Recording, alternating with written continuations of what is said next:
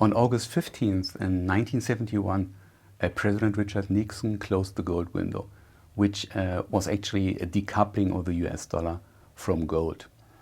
Since then, governments and central banks, they have been freed from the constraints of having a gold-backed currency. There is no longer a legal restriction on money printing, on money creation.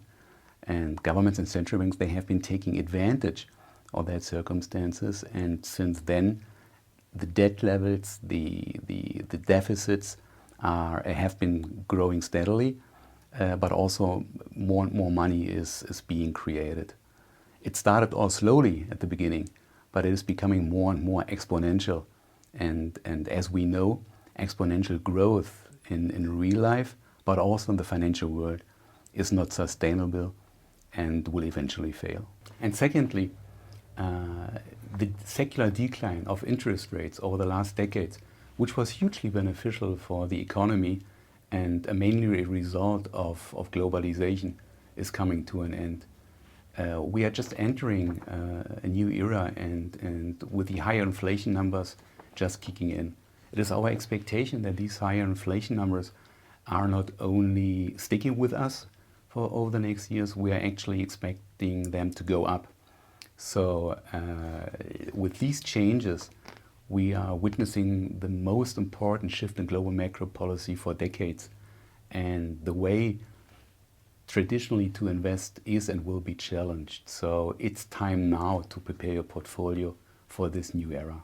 The coming decade will be turbulent, and investment-wise, it means that the best performing assets in the past might not be the best performing assets also in the future.